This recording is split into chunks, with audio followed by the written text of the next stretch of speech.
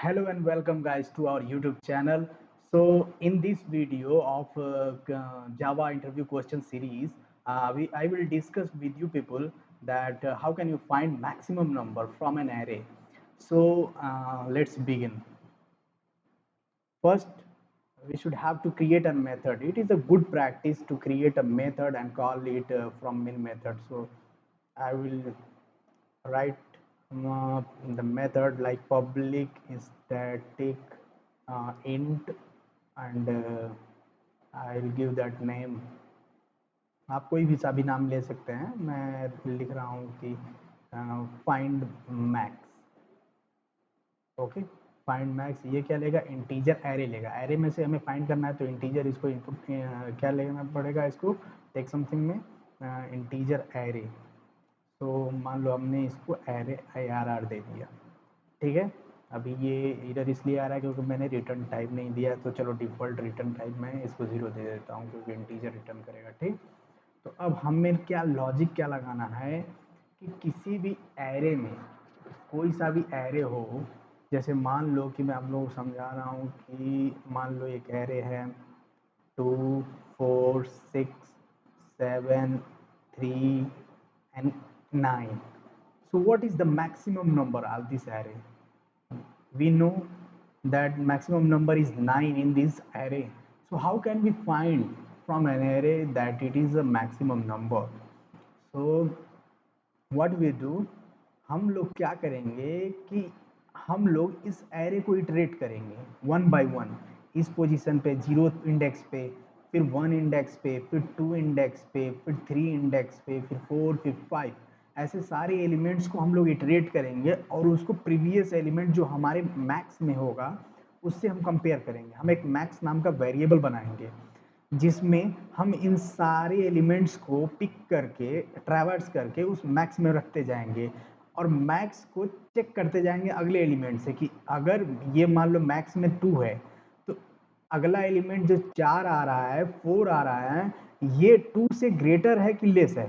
अगर ग्रेटर है तो मैक्स में क्या करो, इसको उठा के पुट कर दो, मैक्स को एक्सचेंज कर दो इससे, और फिर उसके आगे जब ट्रैवर्स करेंगे तो अभी मैक्स में 4 है, अभी मैक्स में क्या है 4 है, और फिर 6 को फिर कंपेयर करेंगे तो जब 6 आएगा तो 6 भी ग्रेटर है 4 से, तो अब मैक्स में क्या चला जाएगा 6.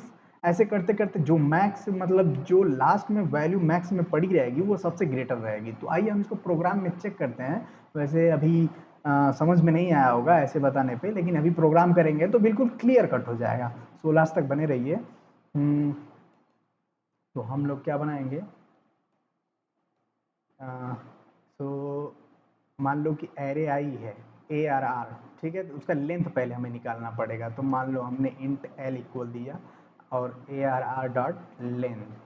ठीक, लेंथ फंक्शन से हमने एरे की लेंथ निकाल ली. ठीक है, अब उसके बाद हमें इटरेट कैसे करना पड़ेगा, कोई लूप तो चलाना पड़ेगा ना जिससे एरे के सारे एलिमेंट्स, मैं यहाँ एरे बना दे रहा हूँ जिससे कि आप लोगों को क्लियर रहे कमेंट में. ठीक है, हम मैं यहाँ पे एरे बना रहा हूँ 2 5 3 4 8 1.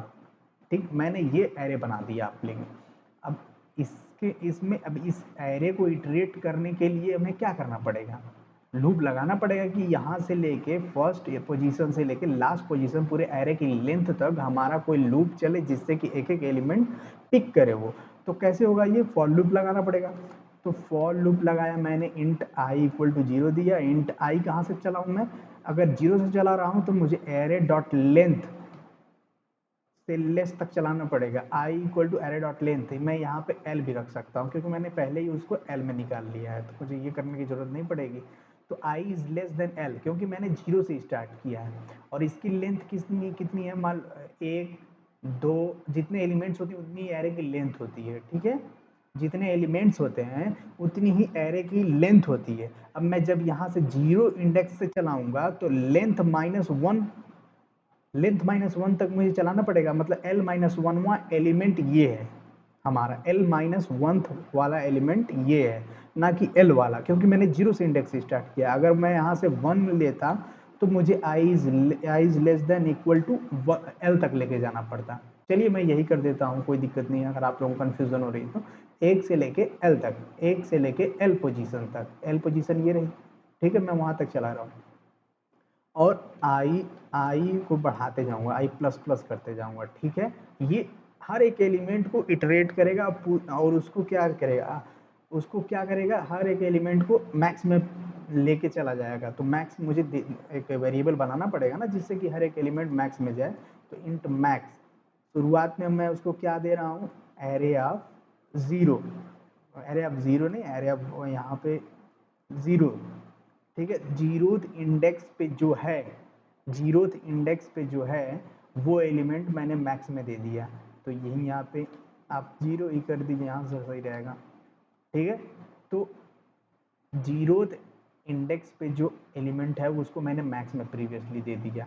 अब मैं मैक्स को कंपेयर करते जाऊंगा हर एक element of array, each elements of array we should have to compare. Okay, so compare कैसे होगा, if max is less than, क्या max max is greater than, नहीं max is less than array of zero है, मतलब array of आई, आई थी index ना, क्योंकि ये आई हमेशा चेंज होता रहेगा जीरो से लेके एल माइनस एल तक, एल माइनस वन तक। सो क्या अगर मैक्स में जो वैल्यू पड़ी है मैक्स में वो एरे ऑफ इंडेक्स आई से अगर छोटी है, मतलब एरे ऑफ इंडेक्स ऑफ आई जो आगे के एलिमेंट्स बड़े हैं, मान लो कि दो शुरू में है, टू में मैक्स में टू है, उसके बाद के जो एलिमेंट्स आ रहे हैं अगर वो बड़े निकल रहे हैं तो हमें पुट कर देना, उसी वैल्यू को एक्सचेंज कर देना है मैक्स में। मैक्स में हमें क्या उस पुट कर देना है उसी वैल्यू को, क्योंकि वो बड़ी आ रही है।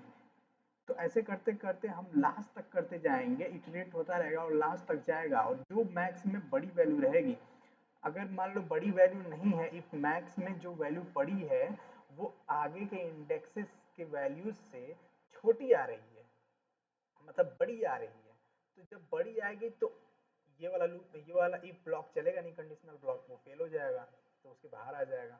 तो अब हमें क्या होना, अब मैक्स में हमारी जो वैल्यू पड़ी है वो मैक्सिमम होगी, तो हमें बस इसे रिटर्न कर देना है, रिटर्न, यहाँ मैं जीरो हटा के यहाँ पे रिटर्न अब करूँगा मैक्स को रिटर्न कर दो, ठीक है।